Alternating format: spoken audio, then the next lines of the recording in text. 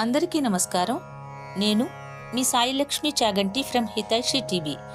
కార్తీక పురాణం పారాయణలో భాగంగా 7వ రోజైనటువంటి ఈరోజు వశిష్ఠ ఉవాచ. రాజా, ఎంత చెప్పినా తరగని ఈ కార్తీక మహత్యంలో కార్తీక మాసంలో చేయవలసిన ధర్మాల గురించి చెబుతాను, ఏకాగ్రచిత్తుడవై విను. తప్పనిసరిగా చేయవలసిన వానిని చేయకపోవటం వల్ల పాపాలను కలిగించేవైన ఈ కార్తీక ధర్మాలన్నీ కూడా నా తండ్రి అయిన బ్రహ్మదేవుని ద్వారా నాకు బోధించబడ్డాయి. నీకిప్పుడు వాటిని వివరిస్తాను. ఓ జనకరాజేంద్ర, ఈ కార్తీక మాసంలో కన్యాదాన ప్రాతస్నానములు, యోగ్యుడైన బ్రాహ్మణ బాలకునకు ఉపనయనం చేయించటం, విద్యాదాన వస్త్రదాన అన్నదానములు ఇవి చాలా ప్రధానమైనవి. బ్రాహ్మణ కుమారునికి కార్తీక మాసంలో ఒడుగు చేయించి దక్షిణను సమర్పించటం వల్ల పూర్వజన్మ పాపాలు కూడా తొలగిపోతాయి. ఆ విధంగా తమ ధనంతో ఉపనయనం చేయించబడిన వటువు చేసే గాయత్రీ జపం వల్ల దాత పంచ మహాపాతకాలు నశించిపోతాయి. 100 రావి చెట్లు నాటించిన, 100 తోటలను వేయించిన, 100 నూతులను దిగుడు బావులను నిర్మించినా, 10,000 చెరువులను తవ్వించినా వచ్చే పుణ్యమెంతైతే ఉంటుందో అది ఒక పేద బ్రాహ్మణ బాలునికి ఉపనయనం చేయించటం వల్ల కలిగే పుణ్యంలో 16వ వంతుకు కూడా సమానం కాదు. మరో విషయాన్ని గుర్తుంచుకో. మాఘ్యాం వైమాధవేమాసి చోత్తమం మౌంజి బంధనం కారయిష్యంతి తే రాజన్ దానం దత్వాతు కార్తీకే. కార్తీకంలో ఉపనయన దానాన్ని చేసి తదుపరి వచ్చే మాఘంలో గాని వైశాఖంలో గాని ఉపనయనం చేయించాలి. సాధువులు శ్రోత్రియులు అయిన బ్రాహ్మణ బాలకులకు ఉపనయనం చేయించటం వల్ల అనంత పుణ్యం కలుగుతుందని ధర్మవేత్తలైన మునులందరూ కూడా చెప్పియున్నారు. అటువంటి ఉపనయనానికి కార్తీక మాసంలో సంకల్పాన్ని చెప్పుకుని ఫలానా వారికి నేను నా ద్రవ్యంతో ఉపనయనాన్ని చేయిస్తాను అని వాగ్దానం చేయటం వల్ల కలిగే సత్ఫలితాన్ని చెప్పటానికి స్వర్గలోకవాసులకు కూడా సాధ్యం కాదని తెలుసుకో. ఓ జనక మహారాజా, ఇతరుల సొమ్ముతో చేసే తీర్థయాత్రలు, దేవ బ్రాహ్మణ సమారాధనలు వాటి వల్ల కలిగే పుణ్యం ఆ ధనదాతలకే చెందుతుందన్న విషయం జగద్విదితమే కదా. కానీ కార్తీకంలో తమ ధనంతో ఒక బ్రాహ్మణునకు ఉపనయనంతో పాటు వివాహాన్ని కూడా చేయించటం వల్ల తత్పుణ్యం మరింతగా ఇనుమడిస్తుంది. కన్యాదానంతు కార్తీక్యాం యః కుర్యాద్ భక్తితో నఘః స్వయం పాపైర్వినిర్ముక్తః పితృణాం బ్రాహ్మణ పదం. కార్తీకంలో కన్యాదానమాచరించిన వాడు స్వయంగా వాడు తరించటమే కాక వాని పితరులందరికీ కూడా బ్రహ్మలోక ప్రాప్తిని కలిగించిన వాడవుతాడు. ఇందుకు నిదర్శనంగా సువీరోపాఖ్యానాన్ని చెబుతాను, శ్రద్ధగా ఆలకించు. ద్వాపరయుగంలో వంగదేశాన దుర్మార్గుడైన సువీరుడనే రాజకుడుండేవాడు. అతనికి అందమైన భార్య ఉండేది. దైవయోగం వల్ల సువీరుడు దాయాదులచే ఓడించబడినవాడై రాజ్యభ్రష్టుడై అర్ధాంగితో సహా అడవులలోకి పారిపోయి కందమూలాదులతో కాలం గడపసాగాడు. ఇలా ఉండగా అతని భార్య గర్భవతి అయ్యింది. రాజు నర్మదా తీరంలో పర్ణశాలను నిర్మించాడు. ఆ పర్ణశాలలోనే అతని రాణి ఒక చక్కటి కుమార్తెను ప్రసవించింది. సర్వసంపదలు శత్రువుల పాలైపోవడం, తాను అడవుల పాలవ్వటం, కందమూలాలతో బతుకుతూ ఉన్న ఆ రోజుల్లో కడుపు పండి సంతానం కలగడం, పోషణకు చిల్లి గవ్వైనా లేని దరిద్రం, వాటన్నింటిచే పదే పదే తలుచుకుంటూ తన పురాకృత కర్మలను నిందించుకుంటూ అతి కష్టం మీద ఆ ఆడకూతురిని పెంచుకోసాగారు సువీర దంపతులు. కాలగమనంలో సువీరుని కూతురు చక్కగా ఎదిగి చూసేవారికి నేత్రానందకారిణిగా పరిణమించింది. 8 ఏండ్ల ప్రాయంలోనే ఎంతో మనోహరంగా ఉన్న ఆమెను చూసి మోహితుడైన ఒక మునికుమారుడు ఆ బాలికను తనకిచ్చి పెండ్లి చేయవలసిందిగా సువీరుణ్ణి కోరాడు. అందుకా రాజు, ఋషిపుత్ర, ప్రస్తుతం నేను ఘోర దరిద్రంతో ఉన్నాను కనుక నేను కోరినంత ధనాన్ని నువ్వు నాకు కన్యాశుల్కంగా సమర్పించగలిగితే నీ కోరిక తీరుస్తాను అన్నాడు. ఆ పిల్ల మీద మక్కువ మానుకోలేని మునిబాలకుడు, రాజా, నేను కేవలం మునికుమారుడినైన కారణంగా నీవు అడిగినంత ధనాన్ని తక్షణమే ఇవ్వలేను. తపస్సు చేత తద్వారా ధనాన్ని సంపాదించి తెచ్చి ఇస్తాను. అంతవరకు ఈ బాలికను నా నిమిత్తమై భద్రంగా పెంచు అని చెప్పాడు. అందుకు సువీరుడు అంగీకరించటంతో ఆ నర్మదా తీరంలోనే తపోనిష్ఠుడై తత్ఫలితంగా అనూహ్య ధనరాశిని సాధించి దానిని తెచ్చి సువీరునికిచ్చాడు. ఆ సొమ్మునకు సంతృప్తి చెందిన రాజు తమ ఇంటి ఆచార ప్రకారంగా తన కూతురిని ముని యువకునికి ఇచ్చి ఆ అరణ్యంలోనే కళ్యాణం జరిపించేశాడు. ఆ బాలిక భర్తతో కలిసి వెళ్ళిపోయినది. తత్కన్యా విక్రయ ద్రవ్యంతో రాజు తన భార్యతో సుఖంగా ఉంటూ ఉండసాగాడు. తత్ఫలితంగా సువీరుని భార్య మరల గర్భిణి అయి మళ్ళా ఒక ఆడపిల్లను కన్నది. అందుకు రాజు ఆనందించాడు. పెద్ద పిల్లను అమ్మి ధనాన్ని రాబట్టినట్టే ఈ పిల్ల ద్వారా కూడా మరింత ద్రవ్యాన్ని సంపాదించవచ్చునని సంతోషించాడు. బిడ్డ ఎదుగుతూ ఉంది. ఇదిలా ఉండగా ఒకానొక యతీశ్వరుడు నర్మదా స్నానానికై వచ్చి అక్కడి పర్ణశాలలో ఉన్న సువీరుని, అతని భార్యను, కుమార్తెను చూసి, ఓయి, నేను కౌండిన్య గోత్రజుడనైన యతిని. ఈ అరణ్య ప్రాంతంలో సంసారయుతంగా ఉన్న నువ్వెవరివి అని అడిగాడు. యతీంద్రుడి ప్రశ్నలకు జవాబుగా, అయ్యా, నేను వంగాధీసుడనైన సువీరుడను. దాయాదుల వల్ల రాజ్యభ్రష్టుడనై ఇలా అడవిలో జీవిస్తున్నాను. న దారిద్ర్య సమందుఃఖం నశోఖ పుత్రమారణాత్ నచవ్యధానుగమనేన వియోగ ప్రియాపహాత్. దరిద్రం కన్నా ఏడిపించేది కొడుకు లేకపోవటం లేదా మరణించటం. దానికంటే ఏడవవలసింది భార్య. భార్య అనగానే ఇక్కడ రాజ్యం గాని భార్య గాని. దానికన్నా వియోగం, బయటకు ఏడవలేని అంతశల్యంలాంటి దుఃఖం ఇంకేమీ ఉండదు. తమకు తెలిసినదే గదా. ప్రస్తుతం నేనా విధమైన 3 రకాల విచారాల వల్ల అమిత దుఃఖితుడనై ఈ విధంగా కందమూల భక్షణలతో ఈ అరణ్యమే శరణ్యంగా బ్రతుకుచున్నాడను. ఈ అరణ్యంలోనే తొలిచూలుగా నాకొక కూతురు పుట్టినది. ఆమెనొక మునికుమారునకు విక్రయించి ఆ ధనంతో ప్రస్తుతానికి సుఖంగానే బ్రతుకుతున్నాం. ఇది నా 2వ కుమార్తె. ఈమె నా భార్య. నా గురించి ఇంకా ఏ వివరాలు కావాలో అడిగితే చెబుతాను అన్నాడు సువీరుడు. సువీరుడిచ్చిన సమాధానానికి ఆశ్చర్యపోతూనే ఆ యతీంద్రుడు, ఓ రాజా, ఎంత పని చేశావయ్యా! మూర్ఖుడవై అగణితమైన పాపాన్ని పోగుచేసి పెట్టుకున్నావు. కన్యా ద్రవ్యేణ యోజీవే దశిపత్రం సగచ్చతి దేవాన్ ఋషీన్ పితॄన్ క్యాపి కన్యా ద్రవ్యేణ తర్పయేత్ శాపం దాస్యంతితే సర్వే జన్మజన్మన్యపుత్రతాం. ఆడపిల్లని అమ్ముకుని అలా వచ్చిన డబ్బుతో జీవించేవారు మరణానంతరం అసిపత్రం అనే నరకం పాలవుతారు. ఆ సొమ్ముతో దేవఋషి పితృగణాలకు చేసిన అర్చక తర్పణాదుల వల్ల ఆ దేవఋషి పితృలందరూ కూడా నరకాన్ని చవిచూస్తారు. అంతేకాదు, కర్తకు జన్మ జన్మలకు కూడా పుత్ర సంతానం కలుగకూడదని శపిస్తారు. ఇక అలా ఆడపిల్లలను అమ్ముకొని జీవించటమే వృత్తిగా పెట్టుకున్న వాళ్ళు ఖచ్చితంగా రౌరవ నరకంలో పడతారు రాజా. సర్వేషామేవ పాపానాం ప్రాయశ్చిత్తం విదుర్బుధాః కన్యా విక్రయశీలస్య ప్రాయశ్చిత్తం నచోదితం. అన్ని రకాల పాపాలకు ఏవో కొన్ని ప్రాయశ్చిత్తాలున్నాయి గాని ఈ కన్యాశుల్కం అనబడే ఆడపిల్లని అమ్ముకునే మహాపాపానికి మాత్రం ఏ శాస్త్రంలోనూ కూడా ఎటువంటి ప్రాయశ్చిత్తం లేదు. కాబట్టి సువీరా, ఈ కార్తీక మాసంలో శుక్లపక్షంలో నీ 2వ కుమార్తెకు కన్యాదానపూర్వకంగా కళ్యాణం జరిపించు. కార్తీక మాసంలో విద్యా తేజశీలయుక్తుడైన వరునికి కన్యాదానమును చేసినవాడు గంగాది సమస్త తీర్థాలలోనూ స్నానదానాదులు చేయటం వల్ల కలిగే పుణ్యాన్ని యథోక్త దక్షిణాయుతంగా అశ్వమేధాది యాగాలను చేసిన వాళ్ళు పొందే సత్ఫలితాన్ని పొందుతాడు అని హితబోధ చేశాడు. కానీ నీచబుద్ధితో ఆ సువీరుడు ఆ సజ్జన సద్బోధను కొట్టి పారేస్తూ, బాగా చెప్పావయ్యా వాపడా, పుట్టినందుకుగాను పుత్రద్వారా గృహక్షేత్ర వాపోవను రత్నాద్యాలంకారాదులతో ఈ శరీరాన్ని పుష్టిపరిచి సుఖించాలే గాని ధర్మం అంటూ కూర్చుంటే ఎలాగా? అసలు ధర్మం అంటే ఏమిటి? దానం అంటే ఏమిటి? ఫలం అంటే ఏమిటి? పుణ్యలోకాలంటే ఏమిటి? అయ్యా ఋషిగారు, ఏదో రకంగా డబ్బును సంపాదించి భోగాలు అనుభవించటమే ప్రధానం. పెద్ద పిల్ల విషయంలో కంటే అధికంగా ధనమిచ్చేవానికే నా చిన్నపిల్లని కూడా ఇచ్చి పెండ్లి చేసి నేను కోరుకునే సుఖభోగాలన్నీ అనుభవిస్తాను. అయినా నా విషయాలన్నీ నీకెందుకు?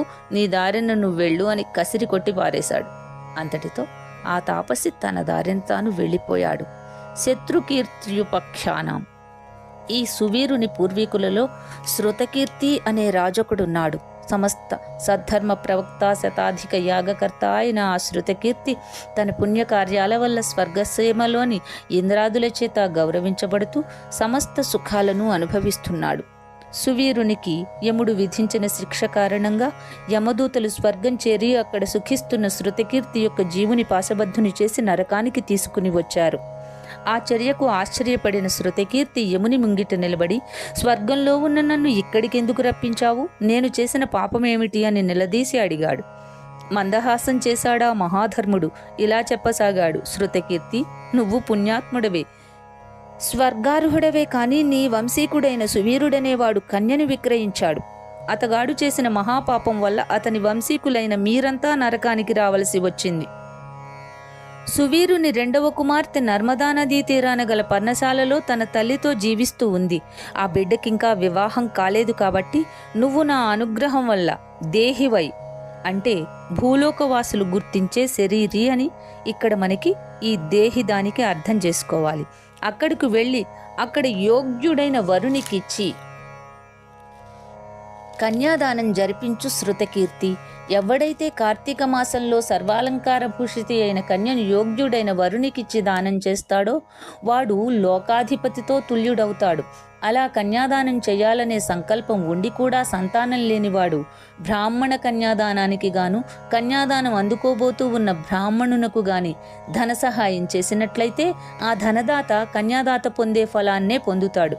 అంతేకాదు, స్వలాభాపేక్ష రహితులై 2 పాడి ఆవులను చెల్లించి కన్యను కొని ఆ కన్యను చక్కటి వరుణకిచ్చి పెండ్లి చేసేవారు కూడా కన్యాదాన ఫలాన్ని పొందుతారు. కాబట్టి ఓ శృతకీర్తి, నీవు తక్షణమే భూలోకానికి వెళ్ళి సువీరుని ద్వితీయ కుమార్తెను ఎవ్వరైనా సద్బ్రాహ్మణునికిచ్చి కన్యామూలకంగా దానం చేసినట్లయితే తద్వారా నువ్వు నీ పూర్వీకులు ఈ సువీరాదులు కూడా నరకం నుంచి విముక్తి పొందుతారు అని చెప్పాడు.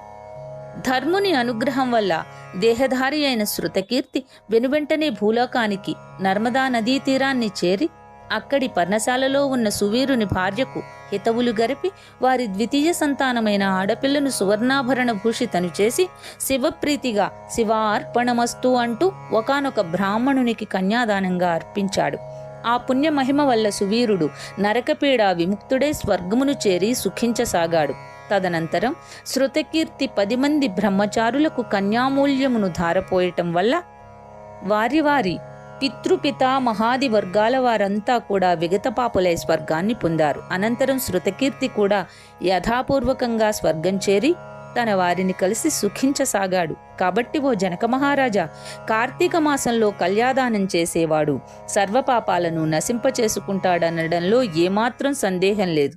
కన్యామూల్యాన్ని చెల్లించలేని వారు వివాహార్థం మాట సహాయాన్ని చేసినప్పటికీ కూడా అమితమైన పుణ్యాన్ని పొందుతారు రాజా. ఎవరైతే కార్తీక మాసంలో యథావిధిగా కార్తీక వ్రతాన్ని ఆచరిస్తారో వాళ్ళు స్వర్గాన్ని ఆచరించని వాళ్ళు నరకాన్ని పొందుతారనడంలో ఏమాత్రం సందేహం లేదని గుర్తించు.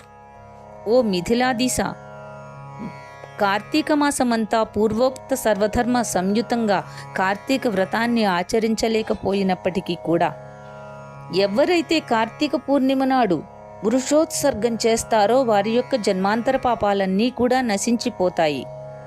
వృషోత్సర్గము అంటే ఏమిటి అనేది మనం ఇప్పుడు తెలుసుకుందాం.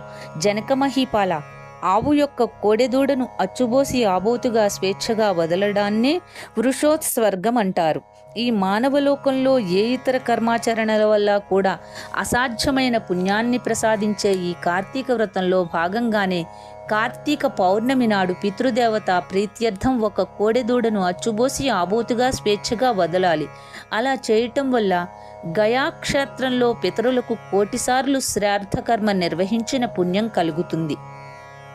యః కోవాస్మత్కులే జాతః పౌర్ణమాస్యాంతు కార్తీకే ఉత్పృజేద్వృషభం నీలతేన తృప్తా వయఃత్వితిః కాంక్షతిర్నుపశార్దూల పుణ్యలోకస్థితాఃపి. పుణ్యలోకాలలో ఉన్న పితరులు సైతం తమ కులంలో పుట్టినవాడెవ్వడైనా కార్తీక పౌర్ణమి నాడు నల్లని గిత్తను అచ్చుబోసి వదిలినట్లయితే మనకు అమితానందం కలుగుతుంది కదా. అని చింతిస్తూ ఉంటారు రాజా. ధనికుడైనా సరే జీవితంలో ఒక్కసారైనా కార్తీక పౌర్ణమి నాడు వృషోత్సర్గమును చేయనివాడు అంధతామిశ్రము అనే నరకాన్ని పొందుతాడు. గయా శ్రాద్ధం వల్ల గాని, ప్రతివర్షాబ్ధికాల వల్ల గాని, తీర్థస్థలాల్లో తర్పణం వల్ల గాని ఈ వృషోత్సర్గంతో సమానమైన ఆనందాన్ని పితరులు పొందరని, గయా శ్రాద్ధ వృషోత్సర్గాలు రెండూ సమానమేనని పెద్దలు చెప్పినా వృషోత్సర్గమే ఉత్తమమైనదని తెలుసుకో. అలాగే ఈ కార్తీక మాసంలో పండ్లను దానం చేసేవాడు దేవర్షి పితృణాలు మూడింటి నుంచి కూడా విముక్తైపోతాడు. దక్షిణాయుతంగా ధాత్రీ ఫలాన్ని అంటే ఉసిరికాయను దానమిచ్చేవాడు సార్వభౌముడవుతాడు. కార్తీక పౌర్ణమి నాడు లింగదానం సమస్త పాపహారకం, అత్యంత పుణ్యదాయకమే కాక ఈ దానం వల్ల ఈ జన్మలో అనేక భోగాలను అనుభవించి మరుజన్మలో చక్రవర్తిత్వాన్ని పొందుతారు. అలాగే నిషిద్ధాహారాలు అనంత ఫలదాయకమైన ఈ కార్తీక వ్రతాచరణ సదవకాశం అందరికీ అంత తేలిగ్గా లభ్యం కాదు. అత్యంతోత్కృష్టమైన ఈ కార్తీక మాసంలో ఇతరుల అన్నమును పితృశేషమును తినకూడనివి తినడము, శ్రాద్ధములకు భోక్తగా వెళ్లడం, నువ్వుల దానం పట్టడం అనే 5 మానివేయాలి. ఈ నెలలో సంఘాన్నము, శూద్రాన్నము, దేవార్చకాన్నము, అపరిశుద్ధాన్నము, త్యక్తకర్ణుని అన్నము, విధాన అన్నము అనేవి తినకూడదు. కార్తీక పౌర్ణమి అమావాస్యలలోనూ, పితృదినము నాడు, ఆదివారం నాడు, సూర్యచంద్ర గ్రహణ దినాలలోనూ, వ్యతిపాత వైద్రుత్యాది నిషిద్ధ దినాలలోనూ రాత్రి భోజనం నిషిద్ధం. ఈ నెలలో వచ్చే ఏకాదశి నాడు రాత్రింబవళ్ళు 2 పూటలు కూడా భోజనం చేయకూడదు. ఇటువంటి రోజులలో ఛాయానక్తము అనగా తమ నీడ శరీరపు కొలతకు 2 పడినప్పుడు భుజించటం ఉత్తమమని మహర్షులు చెప్పారు. పరమ పవిత్రమైన ఈ కార్తీకంలో నిషిద్ధ దినాలలో భుజించే వారి పాపాలు అగణితంగా పెరిగిపోతాయి. అందువల్ల కార్తీకంలో తైలాభ్యంగనము, పగటి నిద్ర, కంచుపాత్రతో భోజనము, పరాన్న భోజనము, గృహస్నానము, నిషిద్ధ దినాలలో రాత్రి భోజనము, వేదశాస్త్ర నింద అనే ఈ 7 జరపకూడదు. సమర్థులై ఉండి కూడా కార్తీకంలో నదీ స్నానం చేయకుండా ఇంటి దగ్గరనే వేడినీటి స్నానాన్ని చేసినట్లయితే అది కళ్ళుతో చేసిన స్నానానికి సమానమవుతుందని బ్రహ్మశాసనం. సూర్యుడు తులలో ఉండగా నదీ స్నానమే అత్యంత ప్రధానం. చేరువలో నదులు లేనప్పుడు మాత్రమే చెరువులలో గాని, కాలువలలో గాని, నూతి వద్ద గాని గంగా, గోదావర్యాది మహానదులను స్మరించుకుంటూ స్నానం చేయవచ్చును. ఎక్కడ చేసినా ప్రాతకాలంలోనే స్నానం చేయాలి. అలా చేయని వాళ్లు నరకాన్ని పొంది అనంతరం చండాలపు జన్మనెత్తుతారు. గంగానదీ స్మరణాన్ని చేసి, స్నానాన్ని చేసి, సూర్యమండల గతుడైన శ్రీహరిని ధ్యానించి, ఆ విష్ణుగాథా పురాణాదులను ఆలకించి ఇంటికి వెళ్ళాలి. పగలు చేయవలసిన పనులన్నీ ముగించుకుని సాయంకాలం మరలా స్నానం చేసి ఆచమించి పూజాస్థానంలో పీఠాన్ని వేసి దానిమీద ఈశ్వరుని ప్రతిష్ఠించి పంచామృత ఫలోదక కుశోదకాలతో మహాస్నానాన్ని చేయించి షోడశోపచోరాలతోనూ పూజించాలి. పార్వతీకాంత దేవేశ పద్మజార్చ్యాంఘ్రి పంకజ అర్ఘ్యం గృహాణ దైత్యారే దత్తంచేదముమాపతే అనే మంత్రంతో అర్ఘ్యాన్ని విడవాలి. అనంతరం యథాశక్తి దీపాలను సమర్పించి శక్తి వంచన లేకుండా బ్రాహ్మణులకు దానాలివ్వాలి. ఈ ప్రకారంగా కార్తీక నెల్లాళ్ళు కూడా బ్రాహ్మణ సమేతంగా నక్త వ్రతాన్ని ఆచరించేవాడు 100 వాజపేయాలు 1000 సోమాశ్వమేధాలు చేసిన ఫలాన్ని పొందుతాడు.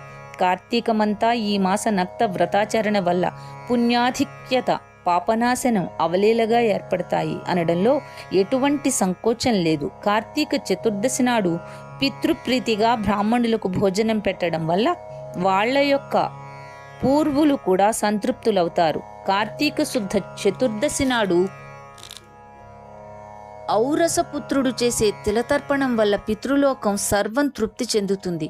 ఈ చతుర్దశి నాడు ఉపవాసం ఉండి శివారాధన చేసి తిలలను దానం చేసిన వాడు కైలాసానికి క్షేత్రాధిపతి అవుతాడు.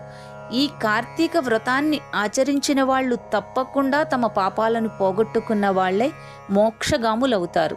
ఓ జనక మహారాజా, కార్తీక పురాణంలో ముఖ్యంగా ఈ 14వ అధ్యాయాన్ని శ్రద్ధాభక్తులతో చదివినా విన్నా కూడా వాళ్ళు సమస్త పాపాలకు ప్రాయశ్చిత్తం చేసుకోవడం ద్వారా కలిగే ఫలితం మొత్తాన్ని పొందుతారు అని చెప్పసాగారు. एवं श्री स्कांद पुराणांतर्गत कार्तीक महात्ये त्रयोदश చతుర్దశాధ్యాయౌ సమాప్తః. ఇదండి 7వ రోజు పారాయణ. అయితే మా ఈ వీడియో అందరికీ నచ్చితే లైక్ చేయండి, షేర్ చేయండి, యూట్యూబ్లో ఒక్క కమెంట్ పెట్టండి. అలాగే ఇంతవరకు సబ్స్క్రైబ్ చేయని వారు మన ఛానల్ని సబ్స్క్రైబ్ చేయండి. పదే పదే చెప్తున్నానని ఏమీ అనుకోకండి. ఎందుకంటే ఛానల్ పురోభివృద్ధికి వ్యూవర్స్, సబ్స్క్రైబర్స్ ఎంతగానో సహకరించాలి కదా, అందుకే చెప్తున్నాను. నమస్తే, మీ సాయి లక్ష్మి చాగంటి ఫ్రమ్ హితైషి టీవీ.